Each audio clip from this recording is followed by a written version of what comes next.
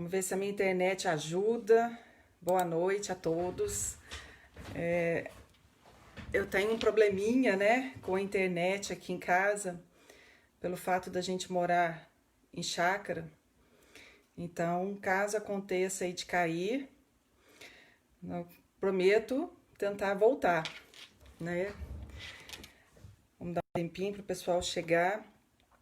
Estou me adaptando, né, a essa questão aqui virtual e a minha internet às vezes fica um pouco fraca, às vezes cai, mas vamos lá. Com certeza dá tudo certo. Se acontecer de cair, eu tento voltar o mais rápido, tá?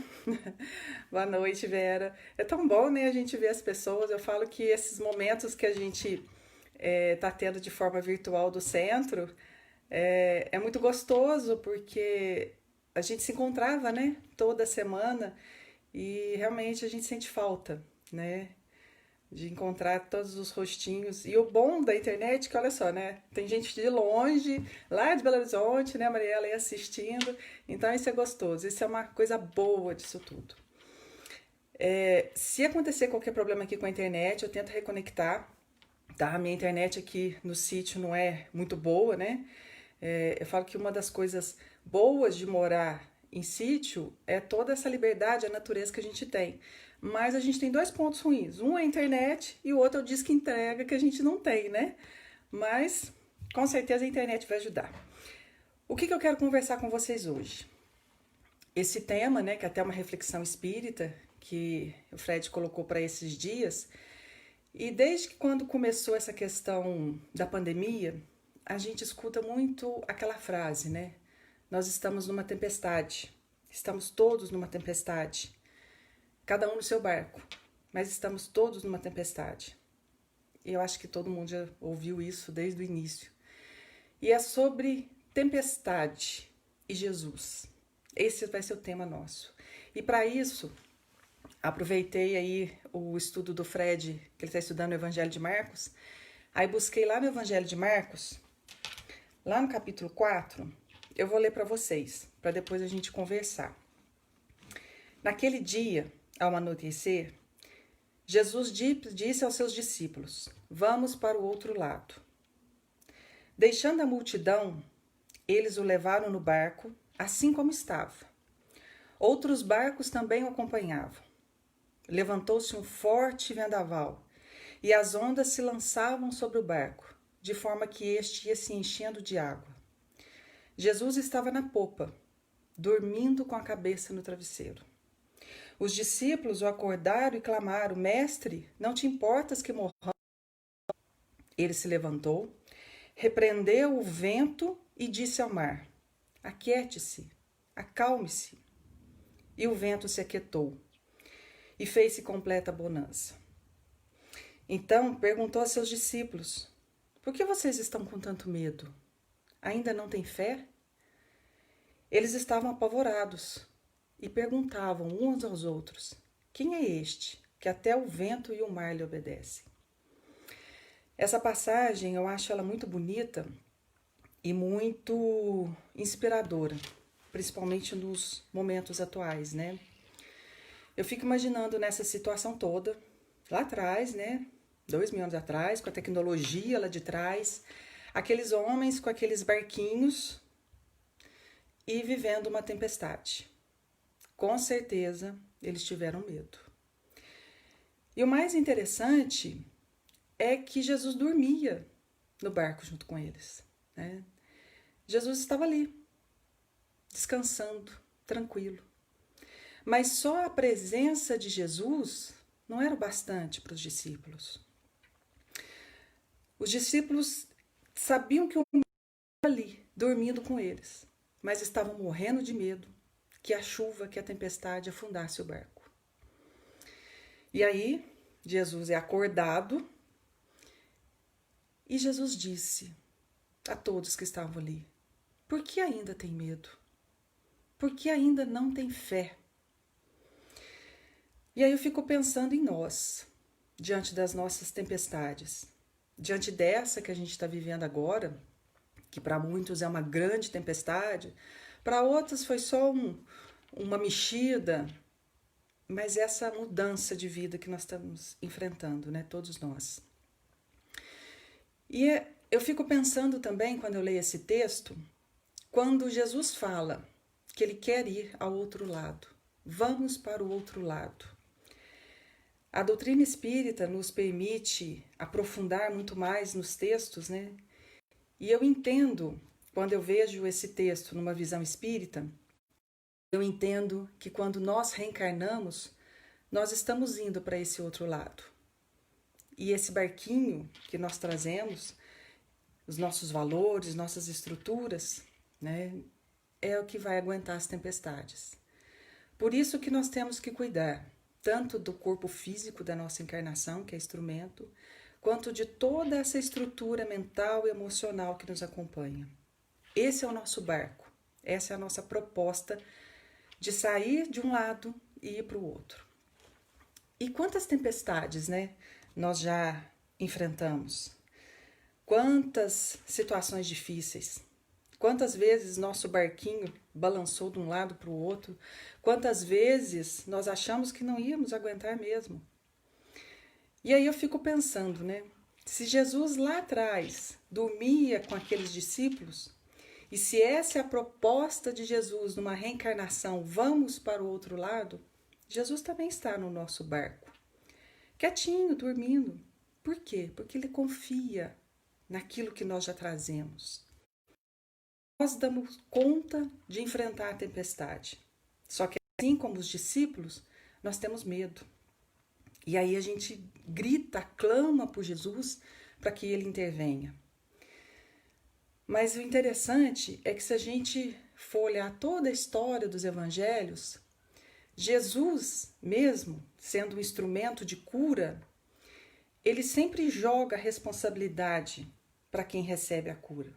Por exemplo, cada um que recebeu uma cura, o que Jesus falava? Tua fé te curou. Ou vá e não peques mais. Então não era ele, o mestre, que estava dando a cura, mas ele jogava essa responsabilidade para que cada um recebido esse benefício nessa proposta de melhora. E assim nós vamos indo, enfrentando inúmeras tempestades, vida após vida. Com certeza, essa pandemia que hoje vivemos, que faz parte da nossa história, com certeza nós, espíritas, que entendemos a reencarnação, já vivemos inúmeras outras pandemias, em inúmeros outros corpos reencarnados, em inúmeras outras situações. Então isso faz parte da nossa história evolutiva. E enfrentamos todas. E com certeza, se hoje estamos aqui, é porque aprendemos com todas elas. Essa que é a nossa proposta. E quando a gente está enfrentando algo ruim, o que acontece? Muitas vezes desesperamos, assim como na história do Evangelho. Desesperamos, reclamamos, fazemos como criança, né? Queremos que alguém venha e resolva a situação, porque foi isso que os discípulos fizeram, por isso que Jesus fala. Mas por que tens medo? Onde está a fé de vocês? Porque ali naquele momento, nenhum discípulo entendeu que eles poderiam mudar aquela situação. Eles queriam a intervenção de Jesus, a intervenção de outro, alguém chegasse e operasse um milagre. E a gente faz isso na nossa vida, né? É interessante, porque cada vez que enfrentamos situações difíceis, a gente quer que alguém ou algo como que uma varinha de condão, como um passe de mágica, chegasse e nos tirasse daquilo. Quantas vezes a gente enfrentando essa mudança de vida, nós já não pensamos, nossa, como é que eu queria que tudo isso acabasse? Mas acabasse assim, voltasse o que era antes. E a gente sabe que as coisas não vão ser assim, né? É uma nova etapa, é uma nova realidade, é uma nova mudança. Então, nós esperamos que alguém resolva o problema para nós, sendo que nós temos total condição de resolver. Eu acredito que a espiritualidade faz com a gente a mesma coisa que a gente faz com os nossos filhos, assim, né, numa comparação. Quando a gente tem os filhos pequenos, a gente não quer que os filhos sejam dependentes da gente, né? A gente quer que os filhos cresçam, tenham sua própria vida, façam suas próprias escolhas. Então a gente vai dando liberdade, vai ensinando a eles como enfrentar situações difíceis. E na hora que chega a situação difícil, ele pode espernear, ele pode chorar, ele pode gritar, ele pode fazer o que quiser. Mas a gente não pode fazer por ele. Eu acredito que é a mesma situação com a gente. Nós temos toda a proteção do plano espiritual que nos intui. No plano espiritual, antes de reencarnarmos, tivemos toda uma proposta. Chega aqui, quem tem que passar somos nós. Nós temos esse amparo, mas quem tem que passar somos nós. E aí a gente faz como criança birrenta, né? Reclama, chora, fica parado no lugar, não quer seguir. Igualzinho criança birrenta. Mas não adianta, o trabalho tem que ser nosso. E esse passo, um de cada vez, é o amparo que a espiritualidade nos dá. E o mais bonito dessa passagem é quando Jesus acalma o mar. E aí, né, eu fico imaginando a cabeça daqueles homens, daqueles discípulos. Que homem é esse que fala com as águas e com os ventos? E eles se acalmam. Imagina, né, estar perto de alguém que consiga fazer isso. E quando Jesus faz isso, e ele acalma toda aquela tempestade e volta aquela tranquilidade, ele olha para cada discípulo e faz com que cada um entenda que todos eles tinham o poder de fazer inúmeras situações. Jesus já nos dizia lá em outras partes do Evangelho que a fé transporta montanhas, né? Como falei agora há pouco, a fé cura, a fé salva. E ele pergunta, onde está a nossa fé? Onde estava a fé daqueles homens? Mas eles confiavam que Jesus iria intervir. E falar de fé é algo muito complicado, é algo muito pessoal. Como é que a gente vai explicar o que é? A fé que nos dá a sustentação de passar por tempestades, a fé que nos dá a condição de seguir em frente, a fé que a gente está totalmente desestruturada, né? É muito complicado, até porque fé é algo muito pessoal. Então, como que se explica a fé? Difícil. Mas eu quero compartilhar com vocês uma experiência que eu tive, que toda vez quando eu falo de fé, eu lembro disso. Quem já assistiu, né, quem já participou dos meus estudos ou do centro, com certeza já ouviu essa história.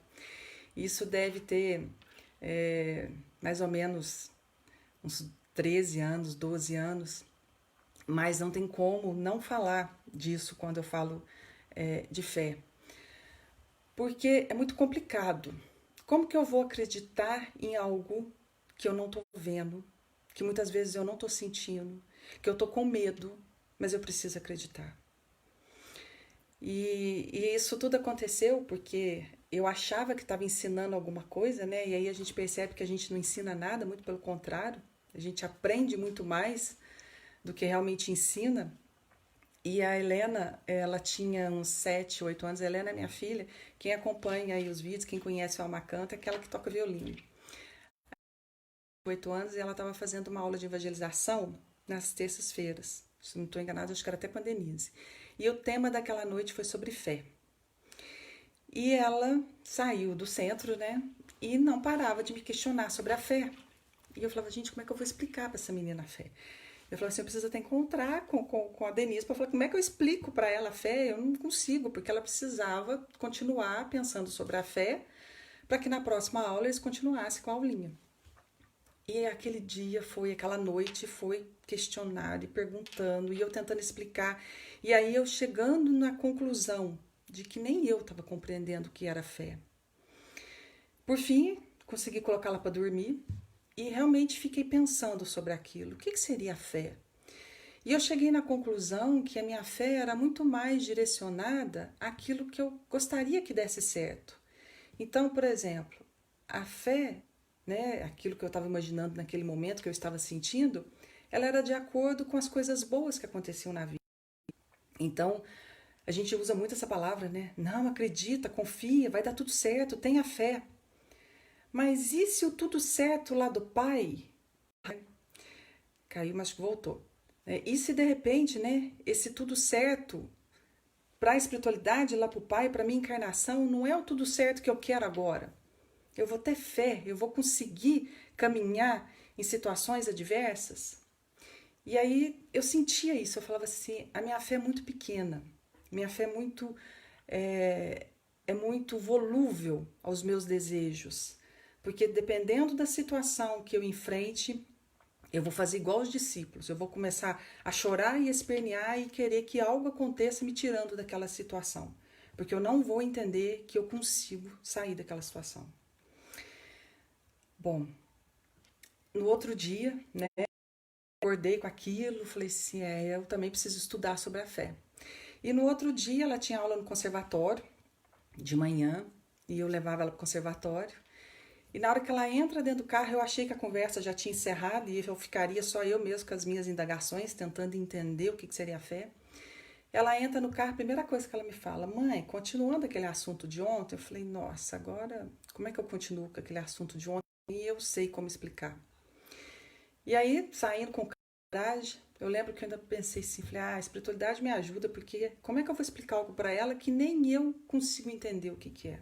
Nem eu consigo acreditar direito. E dentro do espiritismo nós temos a fé raciocinada. Então eu tenho que entender o porquê, né? Eu tenho que compreender isso em mim, é um sentimento meu. Indo para o conservatório, eu morava no bairro de Fátima, então saindo ali e indo para o conservatório, eu vou ia pelo fundo do Bom Pastor. E o Bom Pastor, quem conhece aqui a cidade, sabe que é cheio de morros, né? Ladeiras mesmo. E era junho, julho, muita neblina. E de repente me deu aquele start, eu parei o carro. Era de manhãzinha, umas 7h30, 20 para as 8. Eu parei o carro porque estava tudo tomado de neblina, a gente não enxergava nada. Eu parei o carro, virei e falei assim, Helena, não dá para continuar. Mas, né, ela assustou, por quê, mãe? Eu falei assim, porque tá tudo neblina, eu não enxergo nada. E ela pequenininha, né, ela falou assim, mãe, que isso? A gente passa aqui quase todos os dias. Você sabe que tem uma rua, é só continuar, é só seguir. Eu falei assim, Helena, mas eu não tô vendo nada. Ela falou assim, mãe, eu vou chegar atrasada. Mãe, tem uma rua aqui, continua. Mesmo que você não tá enxergando, continua, que a rua vai aparecer. E aí veio o start que eu precisava. Eu falei assim, tá vendo, minha filha? Isso é a fé. A fé não é eu não ter medo de nada, não é eu não ter dúvida de nada, mas é eu ter aqueles 5 minutos, aqueles segundos que me dá a força de continuar. E realmente, quando a gente está numa neblina e quando a gente vai entrando, a gente vai percebendo as imagens, né? De fora, se eu ficar parada com medo, eu vou ficar com receio, eu não estou enxergando nada. Mas se eu der o meu passo, eu começo a enxergar. O mais incrível que eu aprendi, né? Isso aconteceu há 12, 13 anos atrás.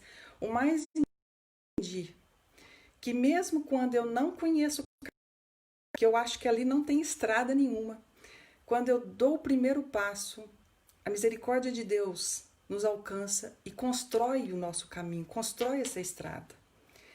Então foi a melhor forma que eu consegui, e isso eu falo que naquele momento eu não estava ensinando, muito pelo contrário, eu com certeza fui intuída por algo que me sustenta nessa caminhada e com certeza vai ser esse aprendizado dessa encarnação, de que não é a falta do medo, não é a falta do receio, não é a falta de insegurança, não é aquela sensação de medo e de abandono que vai caracterizar que eu não tenho fé, mas é aqueles 20 segundos, aqueles 2 segundos que eu me agarro e falo, eu vou continuar.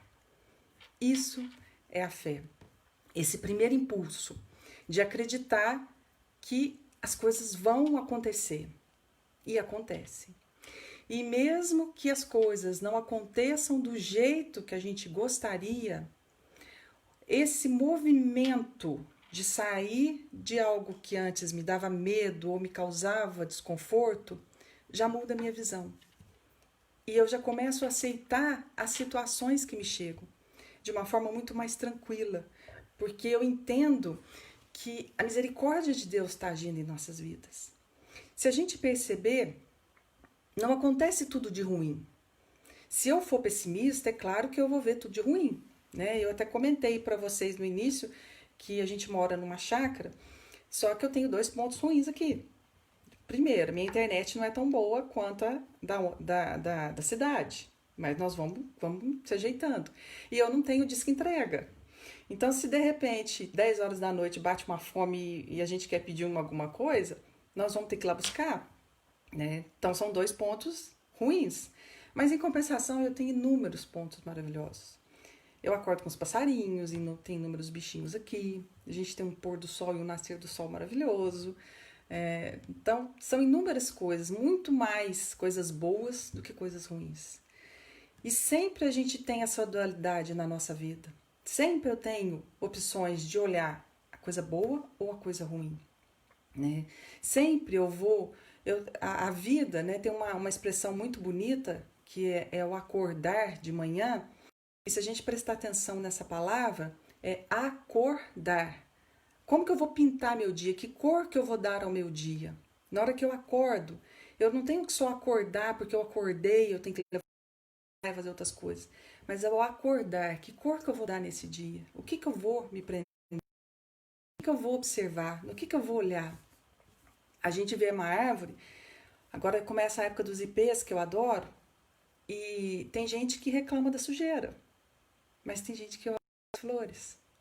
Nós temos uma árvore aqui bem próxima de casa, que é uma paineira, e muitas pessoas já chegou e falaram assim, gente, mas por que vocês não cortam essa árvore? Né? Ela entope calha, ela cai, paina para tudo quanto é lado, faz sujeira. Eu falo, gente, não faz sujeira não, é a natureza.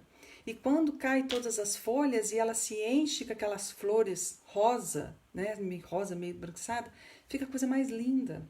Então tudo depende do nosso ponto de vista. E isso é o bonito quando a gente fala da fé raciocinada. Eu não preciso ter aquela fé cega de achar que eu tenho que acreditar, pronto, acabou. Não, eu tenho que ir descobrindo.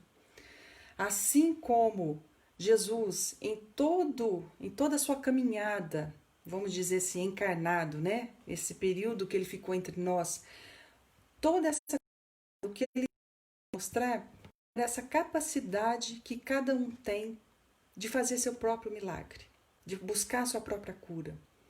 Mas às vezes é aquilo que eu disse antes.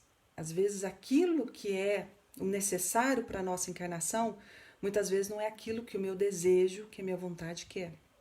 Então, em muitos momentos, eu me perco diante das minhas vontades. Eu quero ser curada de uma doença, mas de repente essa doença é a cura da minha alma, é a cura dessa encarnação. Eu quero ter um trabalho, ganhar muito dinheiro, mas de repente a falta do dinheiro é a necessidade que eu preciso para a evolução nesse momento. Então são inúmeras oportunidades. A vida é uma escola e quando a gente consegue aprender isso e ver dessa forma, fica muito mais leve. E aí, diante dessas tempestades, e uma coisa que eu gosto quando eu leio esse texto, até também eu disse no início, quando a gente tem a doutrina espírita que nos abre, né, a mente, nos dando essa possibilidade de inúmeras interpretações através do Evangelho, segundo o Espiritismo e as obras de Kardec, a gente vai percebendo que as tempestades que nós passamos, na verdade, são todas necessárias para a nossa encarnação. Então, não existe situação errada na nossa vida. Existem situações que eu preciso passar para aprender. E aí as pessoas podem perguntar, mas o que eu fiz para merecer isso? Ou por que eu tenho que enfrentar determinada situação? Às vezes a gente não lembra, né? Às vezes são situações dessas escolhas equivocadas que eu faço, e aí tudo tem consequência. Mas às vezes são coisas realmente de vidas passadas, né? A gente tem tantas as situações das provas quanto das expiações. O que são as provas? As provas é igualzinho uma prova de escola mesmo. Eu já aprendi, na verdade, eu já estudei, eu já aprendi. Agora eu tenho que fazer uma prova para saber se eu sei. Eu já sei o que é caridade, eu já sei o que é benevolência, eu já sei o que é fraternidade, já estudei tudo isso, né? Já fizemos cursos lá no centro, lá no plano espiritual, já entendemos tudo isso. Aí agora vem uma pandemia e faz com que a gente fique tudo fechadinho dentro de casa, convivendo de forma restrita, para que a gente aprenda a colocar entre os próximos, que é a nossa própria família, a atitude de caridade, de benevolência, de fraternidade, de paciência. Para alguns, a questão da pandemia, de não poder sair, de ficar restrito em casa, está sendo uma prova e tanto. Mas uma prova por quê? Porque a gente já sabe o que tem que fazer. Eu só preciso agora colocar em prática. Às vezes a gente tem na sociedade, a gente tem um verniz social, né? Então, às vezes, com as pessoas, às vezes do trabalho, então a gente é sempre bonzinho, né? A gente é sempre tranquilo. Mas aí, nesse movimento íntimo de casa, muitas vezes nós não temos esse verniz social, nós não temos essa preocupação com a foto, com o retrato que eu estou apresentando lá, e dentro de casa eu sou eu mesma. E às vezes eu não sou aquilo que eu mostro lá, né?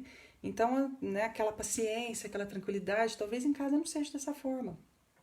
E é a maneira que a gente tem de aprender.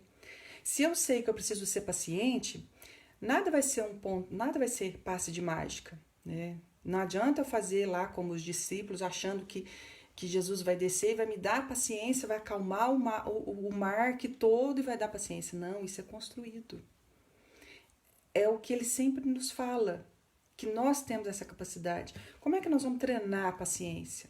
Com pessoas difíceis, né? Como que eu construo a paciência em mim? Exercitando a paciência. Eu falo muito isso aqui em casa, principalmente às vezes com o Henrique. Como é que você vai estudar matemática? Só ouvindo o professor? Não, você tem que pegar. Matemática é caderno, é borracha, é lápis. A gente aprende fazendo. Como é que eu vou aprender a ter paciência? Com pessoas complicadas que vão exercitar a minha paciência. Como é que eu vou aprender a ter a resignação com situações difíceis, que não são do jeito que eu quero, que eu vou ter que aprender a ser forte? Assim nós vamos aprendendo. Assim são as tempestades. É para isso que servem essas turbulências.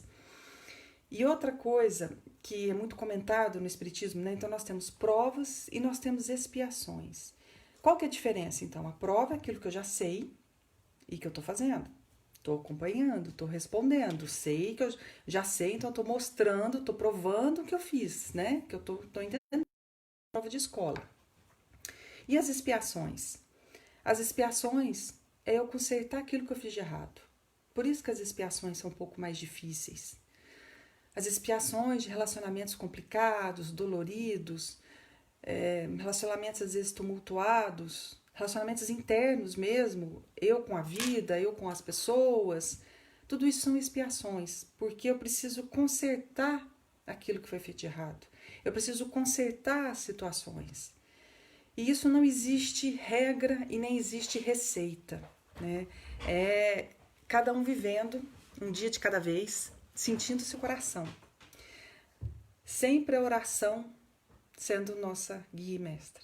Com a oração, acalmando a mente tumultuada, acalmando a tempestade, no silêncio dos nossos pensamentos, nós escutamos a Deus, nós escutamos a espiritualidade, nós temos a intuição do caminho a seguir. No meio da tempestade, naquele mar, aquelas ondas enormes, com medo de morrer, com medo de sucumbir, o nosso barquinho não vai dar conta. Mas quando a gente toma consciência da situação, acalma nossa mente, respira, silencia, tranquiliza o coração, esse é o momento da fé. Era só isso que os discípulos precisavam fazer.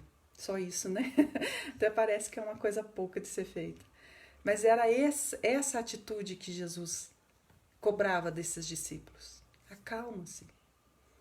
Mantenham a tranquilidade. Onde está a nossa fé? A fé que nos sustenta, que é os 20 segundos que te dá a decisão. Segue. E que nos leva a caminhar nessa evolução que a gente se propõe. E por que a gente sofre, né? Se eu expliquei até agora que os problemas são coisas boas para nós, se os problemas, na verdade, são instrumentos de evolução, se essas tempestades que chegam e balançam nosso barco achando que a gente vai virar, então, por que isso é bom? Porque isso nos melhora, nos aprimora as virtudes. Mas por que eu ainda não consigo entender? Por que a gente sofre? Por que diante de dificuldades eu me sinto desamparada? Por que às vezes, por mais que eu queira, eu falo assim, tá difícil? Porque nós ainda somos crianças, nós ainda estamos caminhando. E não adianta a gente pensar que se eu, né, como algumas pessoas às vezes falam, mas a vida tá muito ruim, eu prefiro, ontem a Marcela até falou sobre o suicídio, eu não vou dar conta, vai sucumbir, não vai ter jeito, esse mundo não tem jeito. Não, não é por aí. Até porque, se a gente pensar, se eu for sair daqui, eu vou para onde? Um plano espiritual, não é verdade? Eu acredito que existe mundos muito melhores do que esse. Até quando a gente estuda as obras de Kardec e a Revista Espírita, a gente fica maravilhada. Que beleza que deve ser os mundos evoluídos. E com certeza eu quero ir para lá. Imagina um lugar onde você não tem crueldade, onde todas as pessoas convivem numa boa, onde não existe doença, onde não existe fome, onde você não precisa se preocupar tanto com dormir, porque o dormir e o comer é desse corpo aqui, né? Imagina você num lugar onde você não precisa se preocupar tanto com comer ou com dormir, você pode ocupar seu tempo com inúmeras coisas boas. Esses lugares existem, essas colônias espirituais, esse mundo evoluído existe. Mas eu não vou conseguir ir para lá como se eu faça uma viagem programada aqui, né? Imagina, eu vou falar que eu quero ir para o mundo evoluído, aí eu vou programar uma viagem, igualzinho quando a gente vai para uma agência de viagem, e eu vou lá, compro uma passagem, programa a viagem, daqui 3, 4 meses eu quero passar uma temporada lá no planeta evoluído, né? Se fosse assim, né? Mas não é. Eu não consigo uma passagem, não consigo comprar uma passagem para o mundo evoluído. Nós vamos para esse mundo ou não dependendo da nossa vibração, do nosso campo mental vibracional. O que isso significa? Que não adianta eu espernear nas tempestades, não adianta eu recusar as provas que a vida me aparece. Eu vou ter que enfrentá-las. Quando eu estou na escola que eu acho que a matéria está muito pesada, está muito ruim, que eu não vou aprender, esse não vou aprender já tirou minha vontade de aprender. Agora, quando eu me disponho a ouvir o professor, a aprender, a pegar o caderno, a ler, a reler, fazer exercícios, estou aprendendo, se torna mais leve. Nós sofremos porque nós não aceitamos as provas e as expiações que nós mesmos nos propusemos. É pesado, às vezes, para alguns ouvir isso, mas é a realidade. A doutrina espírita nos traz essa bênção, né? Essa claridade de entendermos que nós somos responsáveis pela nossa vida. Não existe obrigação nenhuma no meu plantio. Eu vou plantar na hora que eu quiser, do jeito que eu quiser. Mas a minha colheita é obrigatória.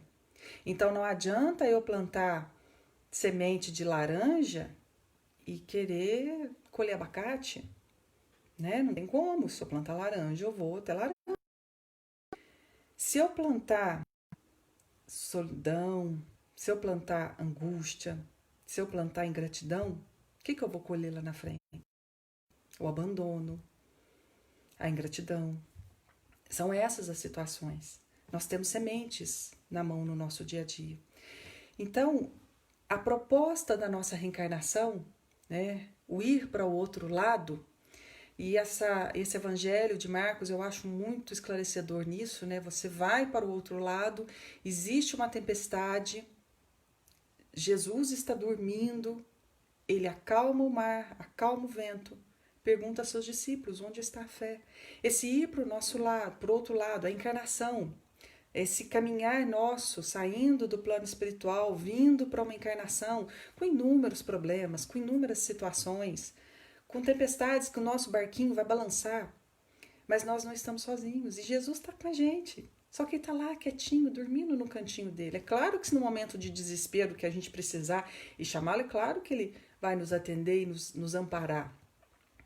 Mas com certeza, se ele dorme é porque ele sabe que nós damos conta de manter a nossa rota. E diante dessas situações, uma coisa bonitinha que eu olhei aqui, tá caindo de novo. Acho que voltou, né? Minha internet tá caindo e tá voltando. Uma coisa, quando eu tava lendo, né, uma situação que me chamou a atenção foi que quando os discípulos saem com Jesus, não sai um barco só, saem vários barcos. Isso significa o quê? Essa caminhada, essa trajetória de um lado para o outro foi feito com vários barcos. Quantas pessoas estão próximas da nossa encarnação? Quantos barquinhos nos ajudam? Quantos amigos nos amparam?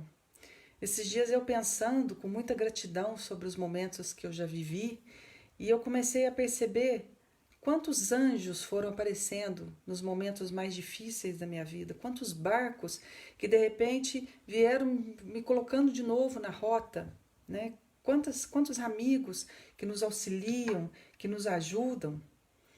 Essa é a proposta, nós não estamos sozinhos, apesar de muitas vezes acharmos que estamos sozinhos, mas não estamos.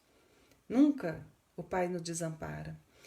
É a maior misericórdia de Deus, é a encarnação, essa proposta de melhoramento. Eu brinco que assim, eu reconheço a misericórdia de Deus a cada criança que nasce, porque se não fosse por isso, como que a gente iria evoluir? A cada nascimento, a cada renascimento nosso é um convite, é uma proposta assim, olha, vai que você dá conta. Eu acredito em você. E a gente sabe que no plano espiritual, nós tendo consciência daquilo que a gente quer reparar, às vezes a gente pede inúmeras coisas. Mas aí a misericórdia divina fala assim, não, vamos devagar, né? Vai devagarzinho, um probleminha de cada vez. Porque se vir tudo, porque do outro lado, né, a gente olha, né, a gente pensa, fala assim, não, eu dou conta, claro que eu dou conta. Eu dou conta de amar aquele que me magoou, e isso na hora que eu chegar lá, não, isso vai ficar para trás. Mas não fica, porque está lá na nossa essência. A gente busca o amor, tudo, mas vai lá no fundo, de repente, uma coisinha, você fala assim, gente, mas por que essa pessoa me incomoda tanto? E a gente falou assim, né, entre amigos, aqui em casa, e aí o assunto foi o seguinte, vamos observar em família. Por que nós, em família, temos às vezes tantas dificuldades? Porque são espíritos que precisam estar juntos. Aqui em família, são as situações que nós precisamos aprender, cada um no seu lar, com aquela afinidade ou com aquele desafeto, são as situações da nossa evolução. É assim que a gente evolui. Não existe varinha mágica que de repente num piscar de olho faz, a partir de amanhã eu vou acordar uma pessoa extremamente paciente. A partir de amanhã eu vou acordar extremamente benevolente. A partir de amanhã todo mundo está perdoado. Não, a gente sabe que não é assim. A gente sabe que é um trabalho intenso, íntimo, difícil muitas vezes. E para finalizar a nossa conversa, esse estudo, tem uma frase do Chico que eu gosto muito, que aquelas que os jornalistas questionavam com ele em vários momentos, né? E tem uma que ele diz, floresça onde Deus te coloca, mesmo que seja sobre uma rocha. Eu tenho que fazer o meu melhor em todos os momentos, em todas as situações, eu tenho que buscar o meu melhor. Eu tenho que florescer, mesmo que seja sobre uma rocha, mesmo que as situações adversas não me dê raízes, não me dê condições para as minhas raízes, mas a minha proposta é florescer.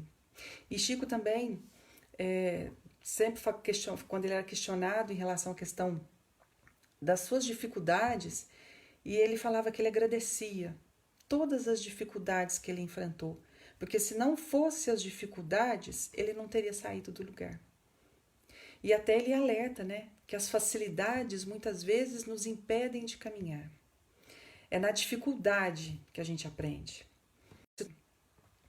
Sandra Ceni comenta, talvez o pessoal mais velho vai lembrar, é um brinquedinho antigo que a gente tinha, que era um quadradinho com letras e tem um espaço vazio. Então a gente formava as letrinhas assim, casa, amor.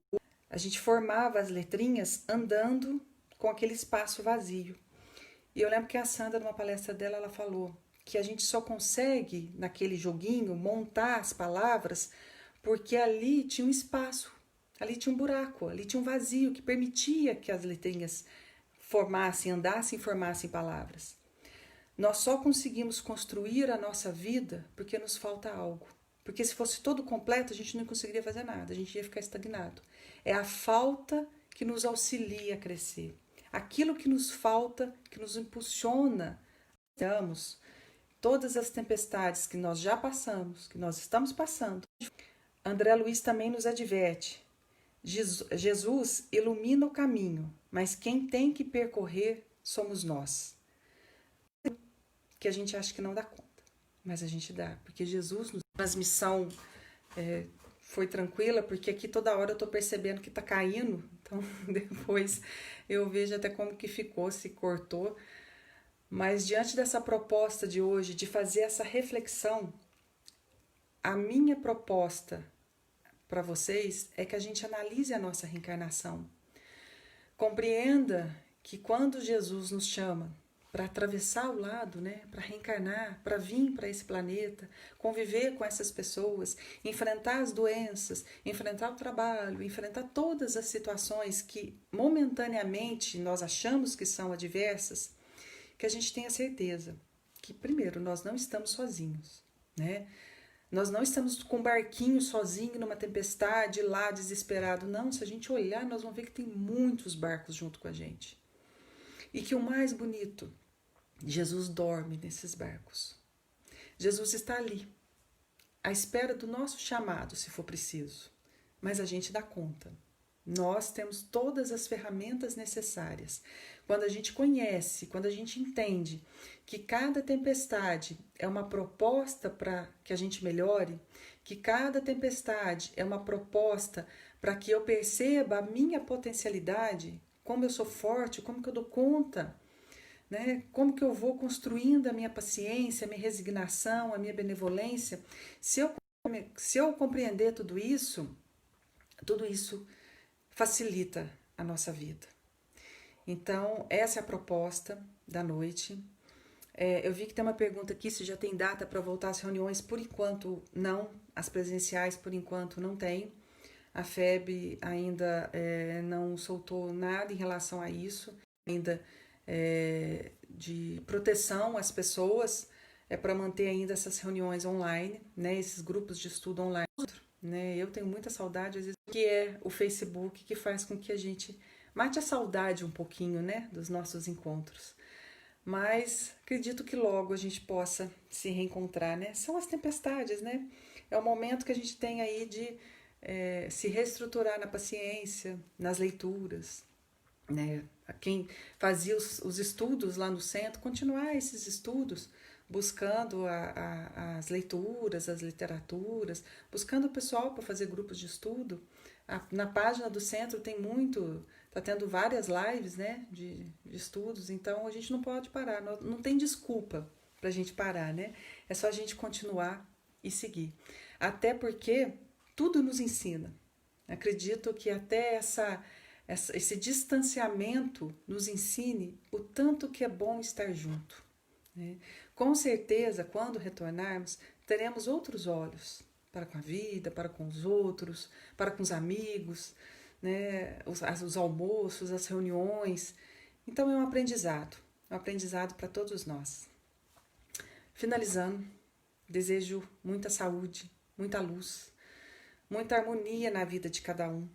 Que cada um consiga, na tempestade que hoje nós estamos vivenciando, cada um na sua intensidade, cada um com seu barquinho, né? Que a gente consiga ter a tranquilidade, que a gente consiga acalmar os ventos, acalmar as ondas, para que a gente consiga, no silêncio dos nossos pensamentos, escutar a vozinha nossa lá do íntimo, que a espiritualidade nos intuindo o caminho a seguir. Que a gente tenha essa percepção de cada dia, ao acordar, que cor que eu quero dar. Que eu entenda que a fé não é eu sentir, não vai deixar de ser fé se de repente eu estou sentindo medo, se eu estou sentindo angústia, se me bate aquele receio, será que vai dar certo, será que não vai dar? Não, isso não é falta de fé. A fé é eu continuar seguindo, né? A fé é eu conseguir ser forte, mesmo me sentindo fraca. Eu acreditar que a espiritualidade está do meu lado, está do lado de todos nós, está do lado dessa humanidade terrena, que a Terra é um planeta maravilhoso, com inúmeras propostas de gratidão para esses espíritos, para nós, espíritos que aqui reencarnamos, que é a nossa casa e que é a nossa caminhada. Obrigado para todos vocês, né? Esse tanto de coraçãozinho subindo, muito bom. Que Jesus nos abençoe a todos.